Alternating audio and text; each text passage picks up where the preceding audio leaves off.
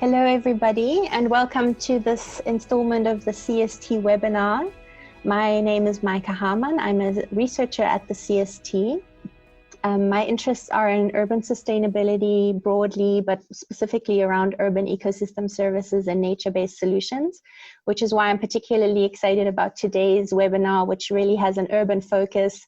And we're going to be talking about the role of nature in cities in times of crisis. So thinking about nature-based solutions, some people call it green infrastructure or ecosystem-based adaptation.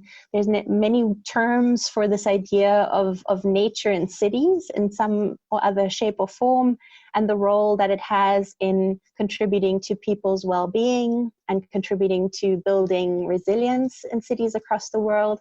And so today we're going to really focus a little bit on sort of the core themes of thinking about nature-based solutions in cities of the global south, and how that may or may not be a little bit different of how one can how people are understanding the concept of nature-based solutions in the cities in the global north, and also just to get an idea of how cities in Africa and India have been implementing and understanding nature-based solutions, how it's helped to build resilience to climate change, but also to other kinds of shocks, like, for example, COVID-19, and thinking about what are we learning, sort of what are the initial insights that COVID-19 is teaching us about city design, the structure of cities, how we can potentially use nature-based solutions to reduce some of the negative impacts of a highly contagious disease like COVID-19.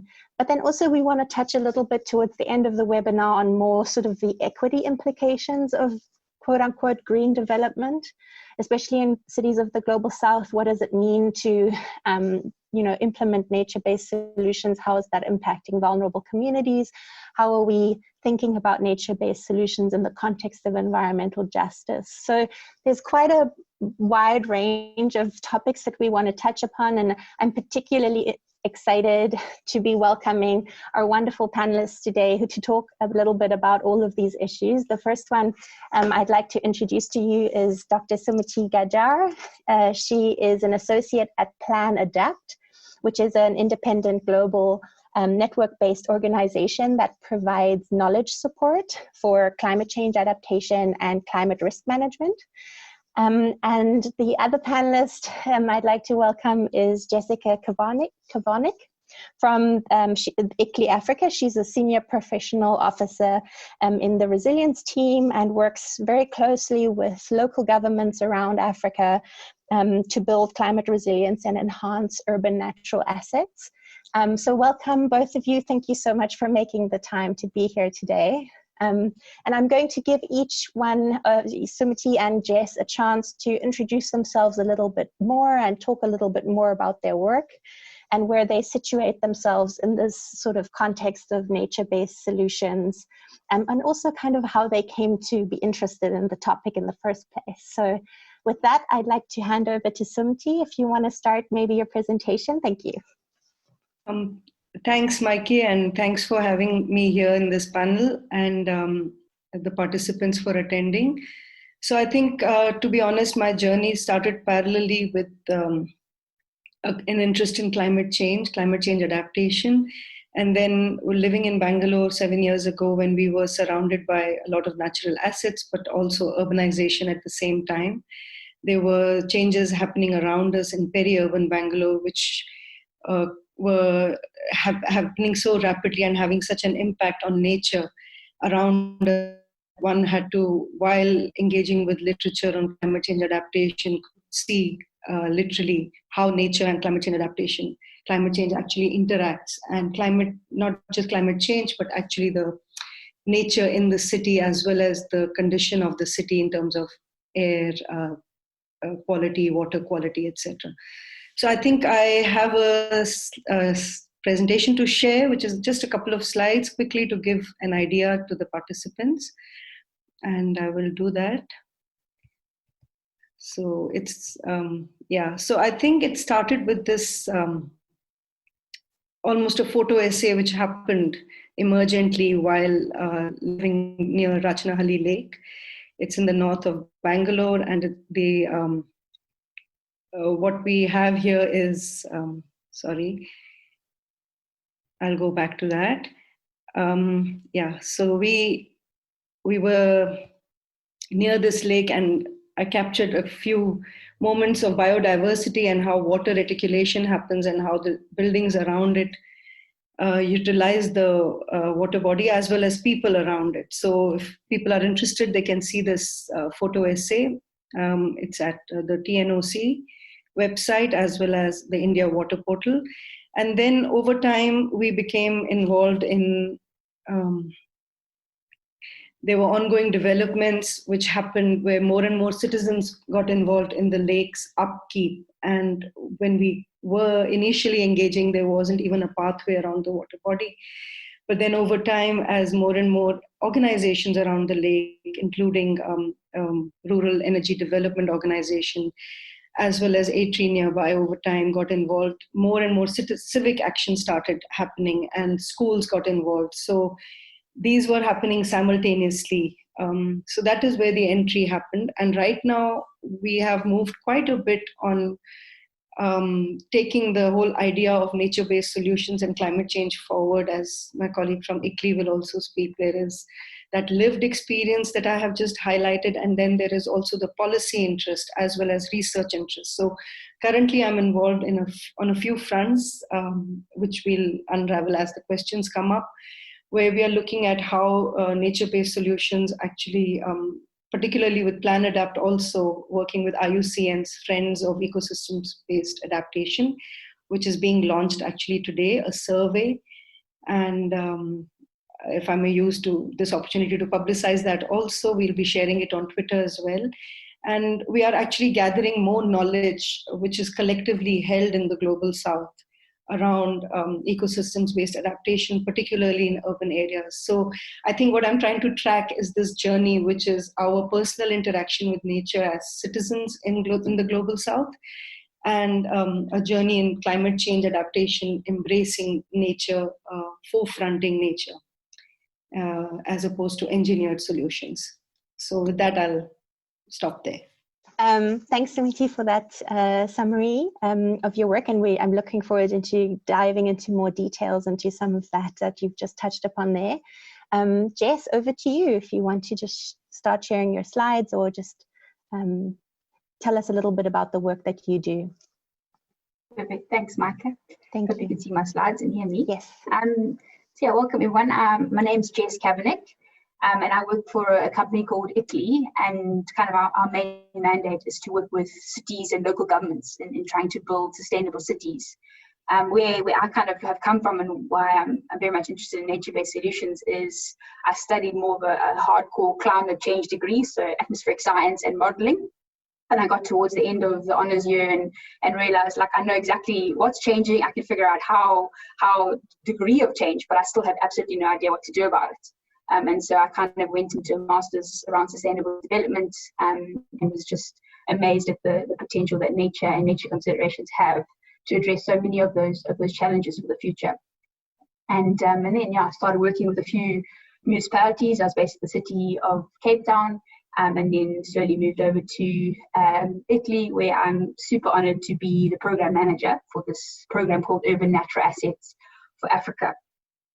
So this program, it's a program because it's got two kind of core projects underneath it. The one is called Urban Natural Assets for Africa, Rivers for Life, or UNA Rivers, and the second one is UNA Coasts. So focusing on water bodies in cities under the Rivers project, and then that sensitive coastal zone under UNA Coasts. The UNA program is active in 9 African cities in across 6 different countries.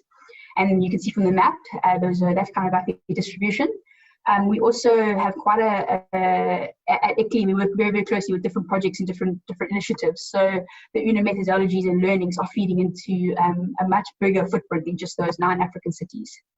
But the aim, the kind of key focus of the project or the program is really to try and integrate nature-based solutions or nature considerations into land use planning for increased resilience, not only climate resilience, but that kind of is the main lens, but also just in terms of broader resilience.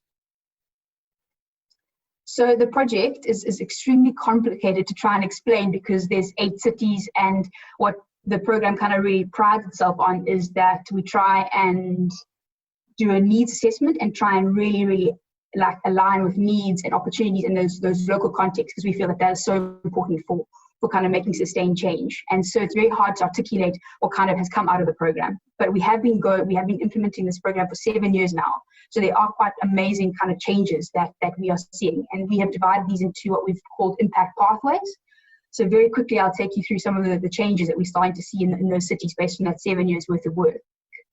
So the first one is we've got these kind of methodologies or tools for really understanding cities and really understanding those needs and opportunities for improved natural asset management. So I think this is what's great about this webinar, is a lot of those like needs and solutions and challenges that we've kind of started to unpack in those 9 cities we can kind of talk about later. We've also really kind of prioritized that, searching for entry points in decision making or planning and then trying to embed nature or nature-based solution information is just not enough to actually enact sustainable transformative change. So we are very much about co-production, transdisciplinary processes, coming together, generating knowledge together, learning together, and through that process, we co-create entry points together. And so kind of shifting mainstreaming practice. And we've got quite a lot of evidence of how that's important for decision making. And through those processes, we've got some evidence of really that kind of cultural transformations in terms of enabled people and also enabled systems. And then, of course, got capacity development and also trying to provide natural asset information, because one of the big challenges we'll talk about is just access to data and understanding actually what's happening and how rapidly things are changing in Africa. And then lastly, or second to last, is because we're trying to build broader resilience, we're really taking the Paris Agreement, the Sendai framework, and the biodiversity framework and trying to localize it at a local scale. And then also feeding those informations back at an advocacy level, back to international frameworks. So there's this kind of closed loop of advocacy networking and decision making. And then finally is really trying to test new approaches for African cities based on informality, based on urbanization, and based on those challenges, which I'm also quite excited to get into when we talk about equity and other things. So thanks very much. Great, thank you so much, Jess. That was a very helpful overview of this wonderful program, and it really leads straight into sort of the first set of questions, which I think are a little bit around this idea, sort of based on your, Jess, and your Sumetee's experiences in Africa and in India. How are you finding that people think about nature-based solutions in African and Indian and more generally perhaps global South cities? Is it can you say something about how it might be different than how people are thinking about it in the global North, where the focus on nature-based solutions is often quite heavily on, well, on the one side, there's sort of the recreational aspect of nature in cities, which is important and sort of highlighted a lot when you're talking about nature in cities in the global North. But there's also this part of the conversation that's very much around climate change, adaptation, and reducing impacts of climate change, like excessive heat, which, urban parks, street trees, those kinds of nature-based solutions can do. They can have a benefit for air quality. They can have a benefit for stormwater retention. Those kinds of, the hazards that cities are facing more and more under climate change, like increases in flooding, increases in excessive heat, those kinds of things. That's sort of a lot where the conversation in the global North is about nature-based solutions. It's sort of centered on those pillars. Do you see any difference or anything that's particularly unique or particularly challenging about this idea of nature-based solutions in cities of the global South? And maybe I'll let Sumetee answer first. Thanks, Maike. My experience is that there is definitely a big difference in both the articulation, the understanding and implementation of nature-based solutions. And just to give you one small clue, nature-based solutions is an English term. So first of all, it's an English term which is owned by the North in the language. And interactions with nature happen in other cultures, in other natures without the use of that term. So unpacking it and trying to understand it is first and foremost, knowing very locally how do these interactions happen. So in the global south, I think the interactions with nature span using trees, herbs, even trees for medicinal purposes. Even in areas of cities, where people are very close to those ways of interacting with nature, from how entire belts or areas of land in the city are developed upon because of this aspiration of modernization and development, and also meeting basic human needs. So I think when we look at the South, the nature-based solutions or the whole arena of nature in the city is actually very diverse, very complex. And the word that we came upon the other day is heterogeneous. And I see Jessica.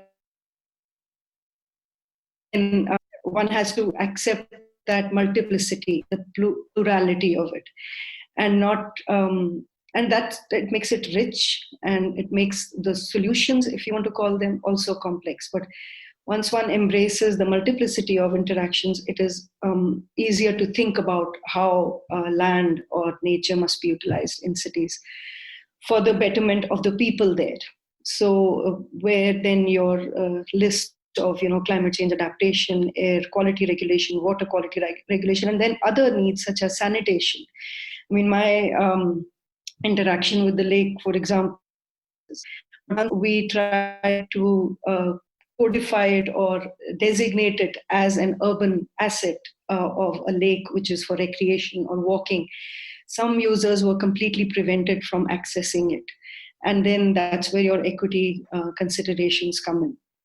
So I think, again, nature-based solutions span a very wide diversity, from instances of creek rejuvenation in places like Goa to the Zambezi River in Tanzania and Dar es Salaam, where an entire World Bank project is being planned over 6 to 7 years, which is inclusive and considers relocation of people. So we are definitely looking at a much more diversity and complexity when we look at nature-based solutions in the global south versus in the global north.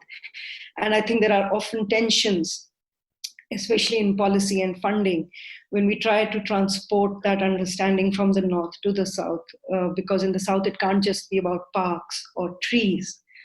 It has to align with development needs and aspirations of the people there and their existing relationship with nature. I'll stop there. Thank you for that. Jess, do you want to respond to that? Yeah, I mean, completely agree. I think, yeah, it is a little more complex in the global south. It always seems to be, but I think just an added in that complexity is that high reliance on livelihoods that a lot of African cities and communities have with nature-based solutions. So one of the cities in the UNO program is Lilongwe in Malawi, and 73% of community members in that city are reliant on natural assets for their livelihoods. And so when you are kind of designing nature-based solutions, or you're trying to protect things like land use change from natural biodiversity areas to infrastructure, you really have to think about alternatives because there's such a high reliance. So capacity building, almost in a way, isn't enough. You really got to acknowledge the link that nature-based solutions has to everybody's kind of facets of their life. So that's kind of our biggest lesson that we've learned. But also, and another one to add to Sumetee's point about diversity is also scalability. So I think, the scale almost in the global south is so much broader than in the global north. But saying that, there is still a high reliance that community members are the ones kind of driving nature-based solutions work in many of the UNO African cities. And so what we kind of trying to do is say, how do we scale that up, and how do we get nature-based solutions as really part of the kind of problem-solving toolkit for decision makers, that they're really kind of a key mechanism in planning future cities and designing future cities. So it's not this high reliance on great infrastructure and hard infrastructure. And we're learning quite a lot about that, and kind of the hope of that is that, in a way, even though nature-based solutions is a global north term, African cities have been doing it. They because that high reliance on natural assets in nature, they are using nature for many kind of principles, resilience principles, but now that it's almost been like formalized and it's like a recognized approach, it seems to like lessen the burden a bit. They're like, oh, we actually are sometimes doing the right thing. So I think that's also is a really nice thing that we've seen, that this like formalized, even though the term might be a bit confusing, is it's giving a bit more empowerment to these guys that are saying, hey, we've been using nature already at our homes and at the community level. Now we can potentially use it as a decision-making tool. But yeah, I mean, I've also got a couple of comments about informality and urbanization, and the fact that nature-based solutions can really be an answer to those dealing with those unplanned areas. But I'm not sure if we'll keep that for the equity kind of discussion later on.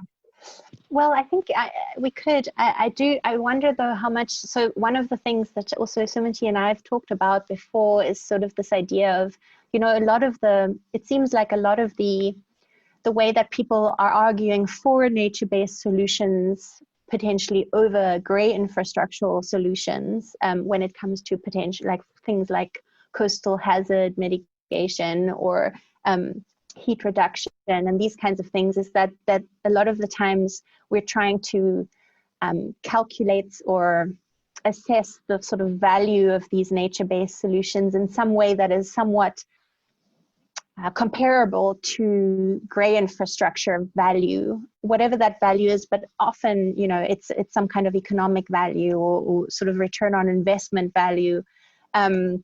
And I was wondering whether that kind of approach, you've found that to be useful at all, or are decision makers actually not that interested in sort of how you can value or quantify the benefits of nature-based solutions, or is that actually a big part of how you're trying to get the conversation about nature-based solutions going? I don't know, maybe Jess, you want to say something about that? Yeah, I mean, that's a hard one, because the bottom line is absolutely those kind of that access to that data and that like understanding how much this is going to like almost save them, you know, like there's, I think it's the TEEB manual, I can't remember what TEEB stands for, but there's this whole ecosystem services, Sumetee smiling, there's a whole ecosystem services like assessment, and we often use those case studies with our decision makers to say, you know, if you take away this wetland, this is the amount of money you have to find through great infrastructure to give these services that they're giving you for free. And so we definitely use it as a decision-making tool, and decision makers do talk, you know, very kind of things, monetary values, and to some extent even politicians talk votes. Like, how many votes is this going to get me in? You know, so we sometimes do have to tailor our approach of nature-based solutions and their value at the language that is heard. And the finance language definitely is talking in cities. But saying that, they're also, I think, through pilot initiatives and actually on the ground changing, they can see things like, you know, water quality is improving and flood management controls improving and various areas in the city are cooler. So also just getting that data and doing pilots, it's also, it has been quite successful in our cities in getting them on board and saying, hey, you know, I can design nature-based solutions with and parallel to infrastructure kind of challenges. Because I think our biggest challenge is that there's not necessarily a big budget set aside for nature-based solutions, but if you could integrate that into these existing plans, like Sumetee said, the World Bank's kind of big TURP project in Dar es Salaam, you know, if it's quite a big infrastructure project, but nature-based solutions in parallel, mitigating and adapting and kind of some of those risks and factors. That's kind of the approach that we're taking. Okay, well, that's interesting to have that sort of like parallel approach there. And I know that also a lot of interest is on sort of hybrid infrastructure where you're kind of mixing green and grey infrastructure together. But Sumetee, do you have something specific that you might want to reflect on that particular question of how to sort of communicate the value, if you want to call it that, of nature-based solutions to decision makers? Sure. I think Jess has captured it quite well already, but I'll just add one point. You know, the parallel solutions with engineered as well as green is almost a vision. It's visionary in the sense that we want to bring nature-based solutions on par with practice solutions such as engineering. And it's almost as if there's very little for people to do if nature is doing the work. And that requires some mind shifts, which, well, I'm also suffering a little bit now with the extended lockdown in South Africa mentally. But I think initially when I heard news of how the rivers in India have started looking cleaner, it's almost as if we have a saying in Hindi, which goes something like, if you have the proof in front of you, what more evidence do you need? So it's like these water bodies have the property of cleansing themselves. And that is the challenge with nature and nature-based solutions, that people are often told, if you were to leave nature alone, it'll thrive, it'll come back. And the question then for people and cities is, how do we live with it? And our financial systems and market-based systems are one of the ways that we can live with it, at levels of the economy which operates through finance. So people have been used to living with nature in countries like Africa, etc., continents like Africa and South Asia, and Indian cities and African cities. People have been used to it. But how do systems adapt?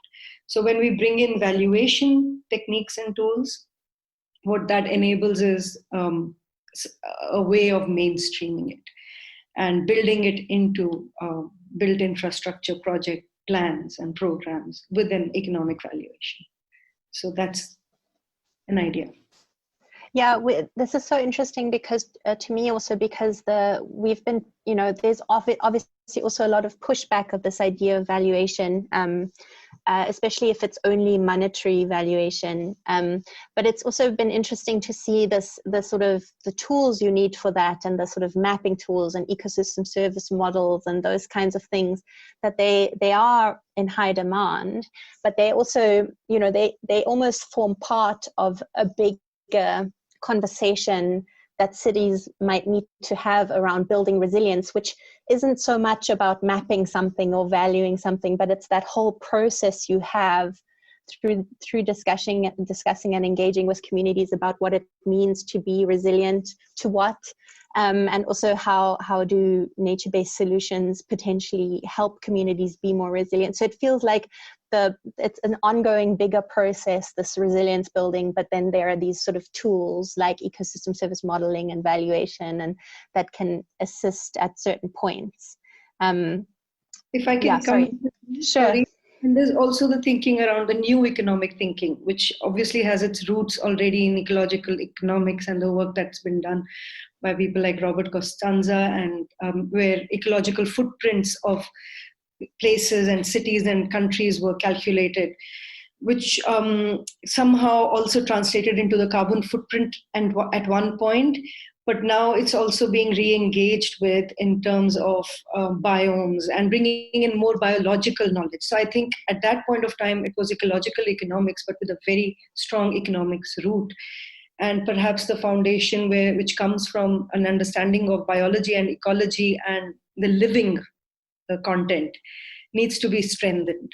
So it's almost, some would say that it's unquantifiable what nature provides, but then that again probably doesn't allow us to move further. So let's quantify what we can, and even that is immense. That's the direction I would say we are going in. Yeah. I mean, I think, financing and the stuff is a whole different kind of thing, and I'm no expert at all, but I will say what we are trying to do is kind of almost build the investment case or investment ready landscape in our African cities, because climate finance, if you look at how much climate finance is flowing to like hardcore mitigation, because they can make the case for bankability. And so on Sumetee's point is this like kind of like integrated merged approach with nature-based solutions and all the rest of it, and making an investment case or pre-feasibility study with nature-based solutions as part of that solution. It gets away the kind of challenge of just quantifying the value of nature as part of more of a kind of pragmatic approach to resilience building. And so we're doing quite a lot of work in trying to help our cities get better at developing investment-ready projects that have nature-based solutions in their core, to try and access that climate finance. Great. Okay, wonderful. I think maybe this is a good point to kind of segue a bit to the question around not just sort of climate resilience and sort of resilience to these sort of known stresses, but now we've got these, well, not unknown and new. People sort of saw it coming, but COVID-19, for example, as a major shock to all sorts of systems. And I think that there's a lot of very interesting work being done in terms of understanding what something like COVID-19, the impacts of that might mean for for cities and for future city design and structures. So a lot of work in the US, for example, is being done on a lot of sort of mapping of where COVID-19 is having most impact in cities, and it's usually the more sort of vulnerable communities of color, and at the same time, similarly, the impacts of climate change, like excessive heat, like flooding, like poor air quality, are also occurring at a much higher rate in those same communities. And so there's this additive sort of cumulative effect of not just climate stresses, but also impact of diseases like COVID.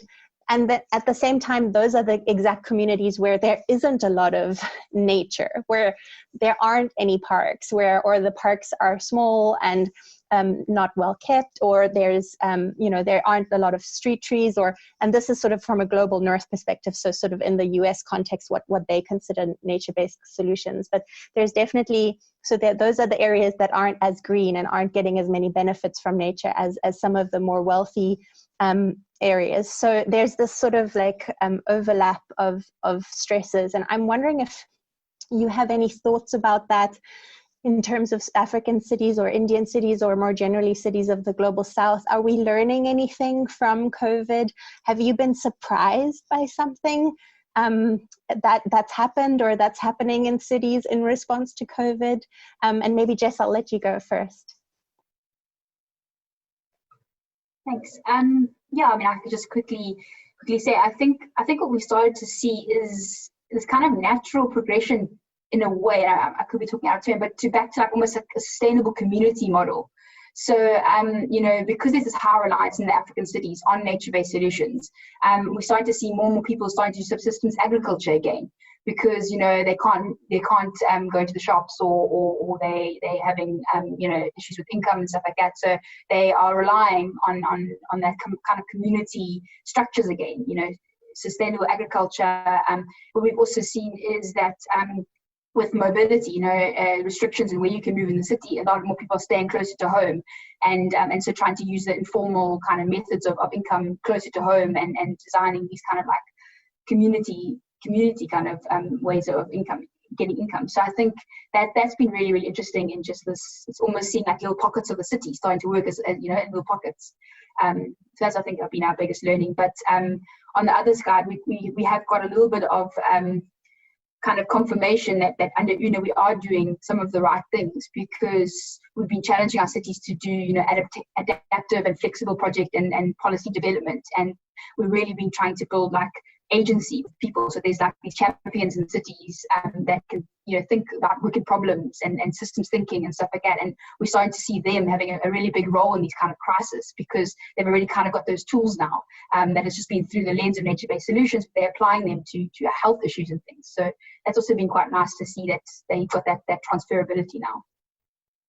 That's exciting. So basically building resilience through nature-based solutions actually has applications in a lot broader fields than just sort of green infrastructure, and that's exciting to hear. And you, Sumetee, do you have some reflections on that? Yeah, sure. I think I see it slightly differently because of the aspect of pollution, and I think when we talk about nature-based solutions, it's not just about having green belts or access to green areas which are not available, say, to people of color or the underprivileged in, say, cities of the north, but it's also the question of neglect. So I think when we expand the understanding of nature-based solutions to include people and nature, we're not just talking about neglecting nature in the cities, we include actually neglecting people as well. So there are people who have been neglected, whose needs have been neglected. And that is what we see happening during COVID, the unfortunate, upending of systems in the US, where people of color are the most vulnerable and are also contracting the disease and not able to fight back. They lack resilience from years of neglect. I would safely use that term right now. I think in the global south, what one witnesses, especially in Cape Town from a lived experience, is the coexistence of completely different cities within one city. So you have an African component within Cape Town where people live in much higher densities. And I don't know how much they are able to exercise social distancing. And you have a northern component of Cape Town, which is much more able to, adhere to the restrictions during lockdown. And I do find hope, just as Jessica does, where people are, for example, Soil for Life is an organization that offers people the opportunity to start vegetable patches in their backyard. And I think it is time for local governments to take notice and utilize these networks, groups like even Community Action Network, to build resilience from where we are right now.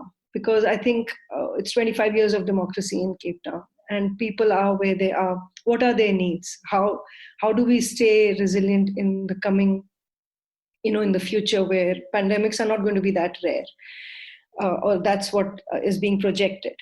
And I think where we talk about nature-based solutions, yes, it is how we understand people in India, Africa, etc., living alongside nature, a very global take on it in terms of climate finance, and then almost academic or scholarly view of resilience. It's a term, again, like I said, it's an English word. I don't know how it is understood locally. And then it is survival. So I think the COVID has also unmasked many, many underlying inequalities, as well as how people try to survive in the given circumstances. So, yeah, I think it's a serious issue. And nature-based solutions doesn't just mean the presence of nature or access to it in cities, but also how people are living in cities as nature themselves. Yeah, Jess, I see you unmuted yourself. Did you want to respond? I just wanted to, because Sumetee's so great at saying, the community is really like kind of the champion. And what we struggle with sometimes is getting communities to be active citizens in planning their cities. And so I think this has kind of done that. It's shown the city councils that that communities do have such a role to play in designing cities and building resilient cities through their little on-the-ground interventions. And that's that scalability around nature-based solutions again. And so I hope that post this, there's a better process moving forward of engaging those community members in future design and future planning, recognizing the vital role they've played in helping the cities through this period.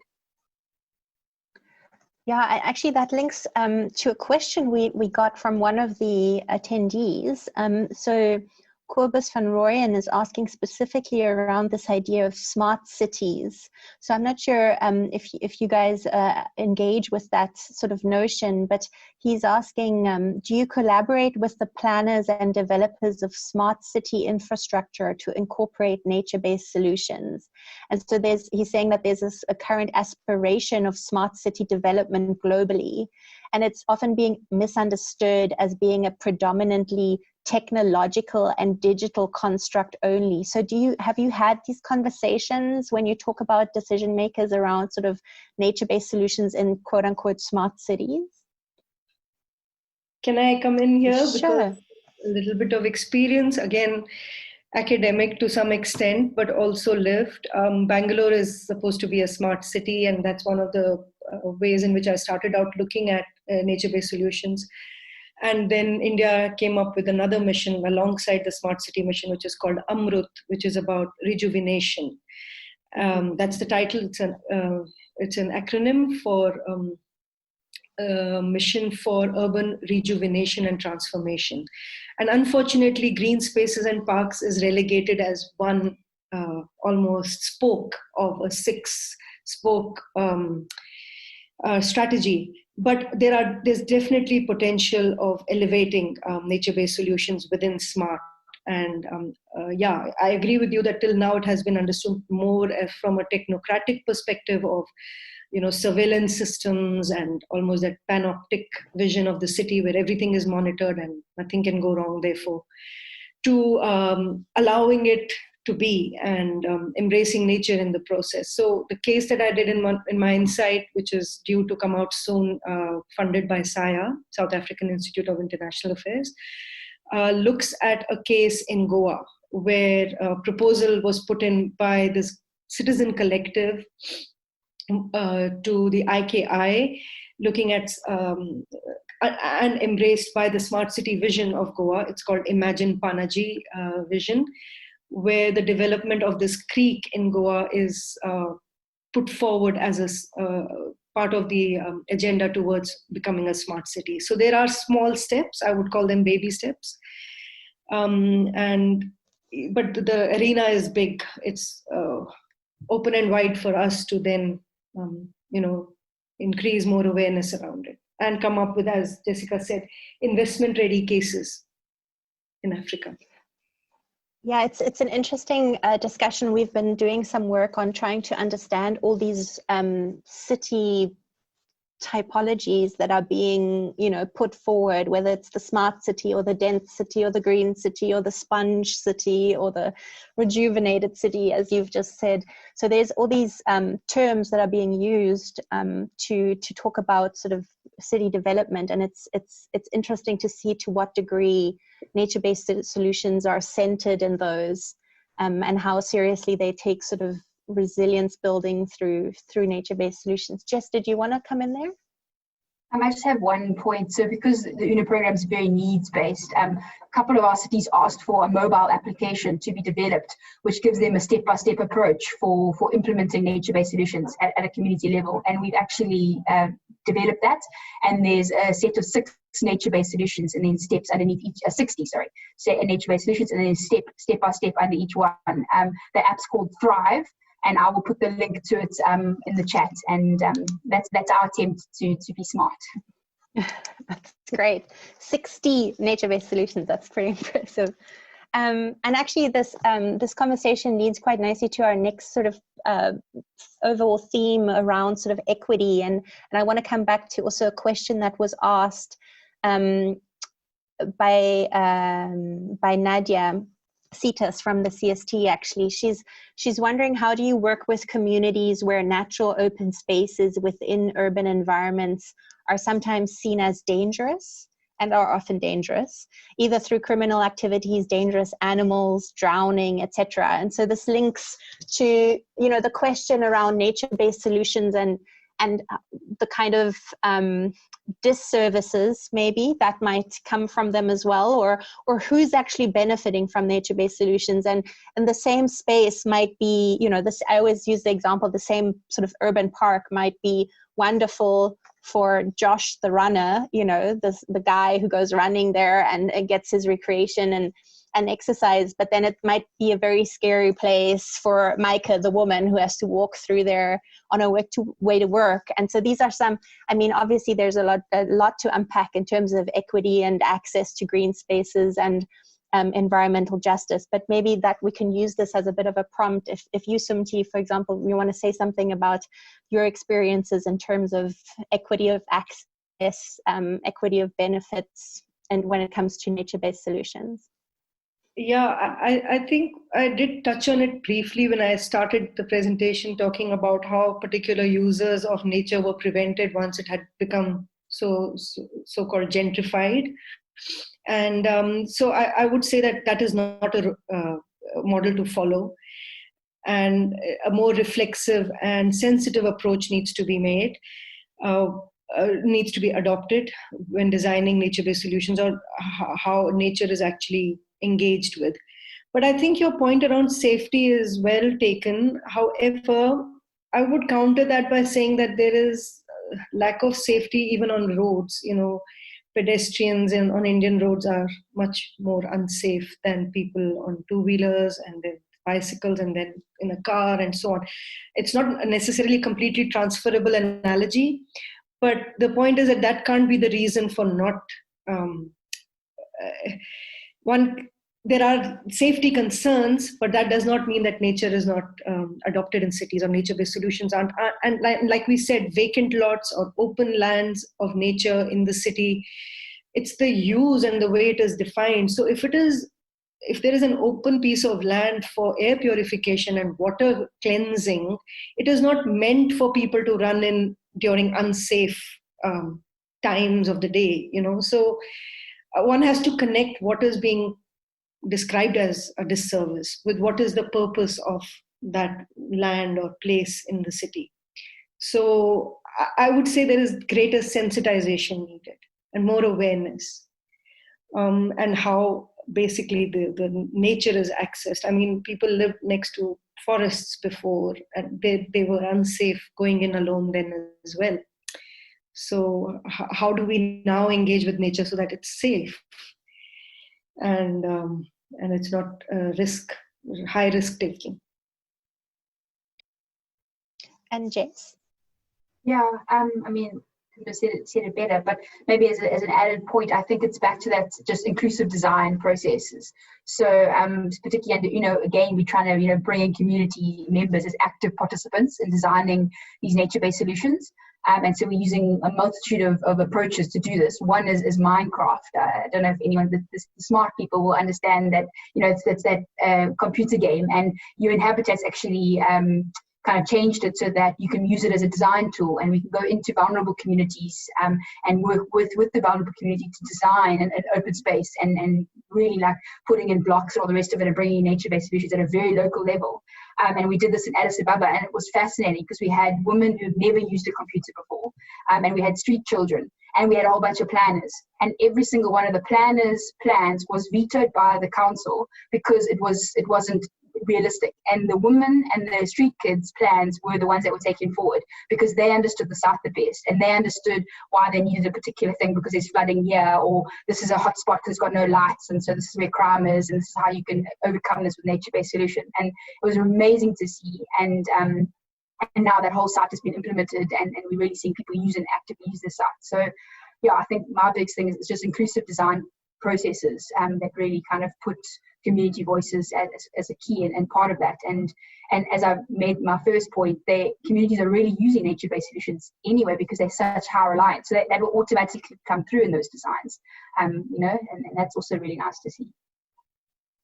It's interesting to me to hear these two kind of sides of the story, where on the one hand we are, having examples like Jess just described, where you can actually use quite sort of modern technological sort of approaches like games and things to kind of get at what a nature-based solution means for people, or how it should be implemented, but at the same time, coming back to Sumetee's earlier point from right at the beginning, understanding sort of the place and the language and the sort of very traditional, very ancient connections between people. And I'm wondering, Sumetee, if you just want to maybe expand a little bit, if you will, on that sort of example that you touched upon, and where you kind of had these experiences of multiple different sort of actors coming in, trying to kind of manage this lake in Bangalore, and sort of the lessons you learned from that, and what it means in terms of, I guess, process and also participation. Yeah, I think thanks Jessica. It's really refreshing my mind when you spoke about that case, Minecraft, being used by street kids and women. It's very exciting, very exciting. I think there are so many places in the world, there's so many cities and so many natural assets with communities living around them with our current population. And my experience is just one, but what it brought to fore, because the way that lake was positioned in the almost peri-urban area of Bangalore, it was part of the metropolitan, is that it had a couple of villages next to it. It had informal settlements around the lake. It had a corporate technical, what's called an SEZ, a special economic zone, and therefore a big technological park alongside. And then there were, of course, these apartment buildings and people from there. So it was a hugely diverse group, people with different languages and education and values. We tried to take it up from our side, and then another group stepped in and they connected with local leaders. So there's politics. It was a rich, backdrop. But what I learned from it is sometimes you would see busloads of people coming in from offices who were doing their CSR duty, the corporate social responsibility, by cleaning around the lake. There were cleanliness drives. And perhaps a catalyst is needed sometimes. So a catalyst that can connect all these visions together. So I think there is a role for those kind of agencies almost, or catalysts. It can come in the form of a research project, an educational institution, or an organization like ICLEI, which has connections with other places in the world. And it almost infuses the place with something that is external to it, where when you have the way of being in one place without that external infusion, it doesn't move forward for a long time, or it just moves slowly. So I think in the context of transformation, for me, what is also exciting is this learning from cities across India, South Africa, South Asia, Bangladesh, etc. And there are networks that exist. And if I may alert you, I just got to know today about an NBS platform that Bangladesh has. NBS Bangladesh, it's called. There's a Twitter account, there's a website. And they clearly have an urban as well as the ecological focus. So it's also about connecting and seeing places as on continuums of urban to rural. And that may answer some of the questions that I just happened to look at. Are people going to migrate out of cities again? Well, that's happened in India already. I'm not sure to what extent it will happen in South Africa. Maybe people are waiting to see how the economy.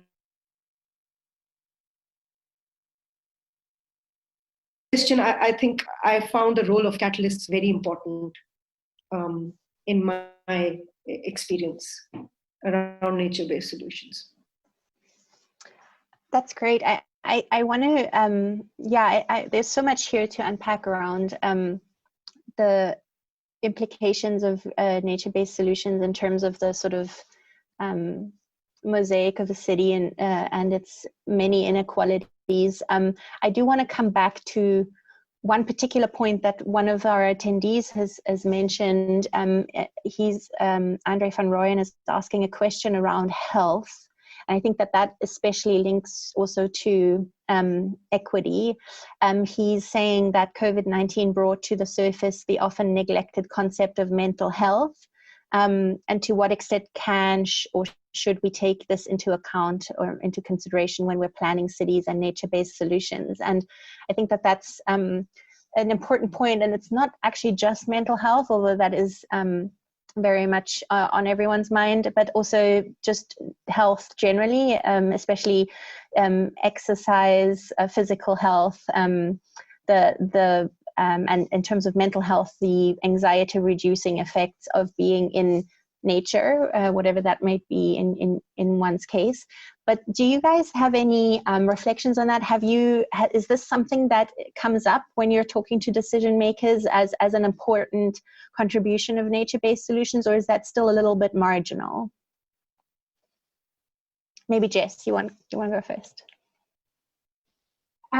Yeah, I think mental health issues has been and health issues has always been kind of like on the side of discussions that we've been having, and only recently has it becoming now really like prevalent in discussions. And unfortunately, with our kind of lockdown in South Africa and also the other cities that we're working in, they're kind of closing their boundaries, their borders and stuff.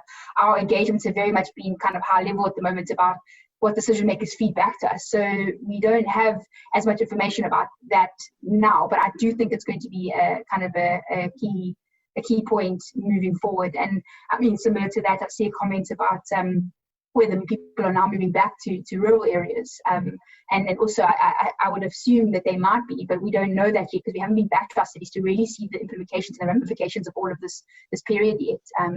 And so I think that maybe watch the space is my brief answer. Yeah, it's really, I mean, I've seen such a huge growth in the health and nature kind of connection over the last few years. It'll be interesting to see where we go with that. And also the question of migration. I just, there was an interesting discussion I was following about maybe people aren't going to be moving to rural areas per se from cities, but definitely to potentially more peri-urban areas or sort of the less dense suburbs. And what does that mean for us in terms of sustainability? Because we know that these sort of sprawled cities are generally worse in terms of sort of sustainability, in terms of carbon emissions and the way that we design our cities than very dense cities. And so that would be an interesting kind of trend to consider and watch as we go forward, and what are the implications of COVID-19 in the next 10 years for city design? Sorry, Sumetee, did you want to say something about that? Just one last point quickly about justice. I think you've touched on equity, but there are strong links we are also exploring with nature-based solutions in cities and the impact going forward with COVID, as you mentioned, on issues of climate justice as well. Because people who in the global south, the poor and the vulnerable, whether they are urban or non-urban, stand to suffer the most from climate change related disasters as well. And often they haven't created those disasters or haven't contributed to the world leading up to them. So I think nature-based solutions for protection, even in urban areas, and to the extent that certain urban areas have been transformed so much that you may not actually be able to change much at this point. And what comes to mind is the function of mangroves for both carbon sequestration as well as adaptation and protection from disaster. So that question, I think, has not been touched upon yet in our discussion, but to me, that would be very pertinent as well. Thank you, Sumetee. Yeah, I think, I mean, like I said, there's so much to talk about with these topics, and I'm cognizant that we're coming towards the end of our time. So I guess what I'll just maybe ask a couple of the questions that have been asked by attendees, and we can sort of slowly wrap up. I think there's a question around, I don't know if you guys want to maybe say something around the role of sort of young people, and or how you see the sort of individual responsibility of each citizen in this time, and how it relates to nature-based solutions, but also just dealing with crisis. Is there something that you can sort of reflect on for that, maybe just for the youth, but also specifically for just our individual responsibilities, and how our work, so this is specifically for Jess and you, Sumetee, in terms of wrapping up, how do you see your work contributing to more just, safer, more sustainable green cities of the future? So if you can, I know that's a lot to wrap up into one response, but yeah, I'll give you, maybe Jess, you can go first. Yeah, I think, I mean, on the youth one, what we're really trying to do is make sure these spaces, active like spaces, that youth their voices can be heard in decision making, because they are the future of cities. So you need to design them with in mind. So that's the answer to that. In terms of the just, I think that's a very, very complicated answer. We have one of my best kind of case study thing that we were doing in Malawi, where we were trying to use organic waste to create a livelihood through composting and all the rest of it with women. And we were all about gender. Let's include these women, and let's have like 40 women in part of the process. And then it's kind of like came to a head at 6 months down the line, because their husbands got involved and were wondering where their women are going to each month and each week and each day, and why they're suddenly getting salary and all the rest of it. And what we realized is we included women, but we didn't create an enabled environment for them to thrive in. So we didn't work with the men. So we learned a huge amount that sometimes we need to work with the men to empower women. And so, we're constantly learning. And I think another thing about the just transition is kind of, there's a lot of mitigation, adaptation kind of discussions, energy and nature-based solutions for adaptation. And we're trying to merge that. And we feel that in this mitigation, it's like going to renewable energies and all the rest of it, there will be kind of, quality of life might be compromised for some communities, and livelihoods will be compromised for communities, all the rest of it, and trying to use nature-based solutions to kind of overcome, address and mitigate those negative impacts as we move on a much more mitigation kind of platform. So, I mean, but yeah, sorry, that's very quick, but I know the time, and I want somebody to talk. No, that's great. Thank you, Jess. Sumetee, over to you for your last words. I think my response would be short. Include nature-based solutions in your curriculum. Teach the young kids how to grow food in schools. Convert school grounds into lakes and water bodies and urban forests and farms, and go with it. Have your classrooms in the open. Use the classrooms for, I don't know, hide and seek maybe. Yeah, I'm way out there with my suggestions for how to incorporate the young people. But they need to play, and we try to, So yeah, so I think that's where I would say we need to be more experimentative and innovative in our mainstream education. Otherwise, it will catch up on us. Thank you so much, Sumetee. I think we need to play as good a place as any to end this conversation. Thank you so much to both you, Jess, and you, Sumetee, for this wonderful conversation. Thank you to our attendees for sticking around. And if you have any questions, you're very welcome to contact me at the CST, and I'm happy to forward any questions or points onwards to the panelists if you feel like your question wasn't answered during the webinar. Thank you so much. Enjoy the rest of your day, and bye-bye. Thank you. Bye-bye.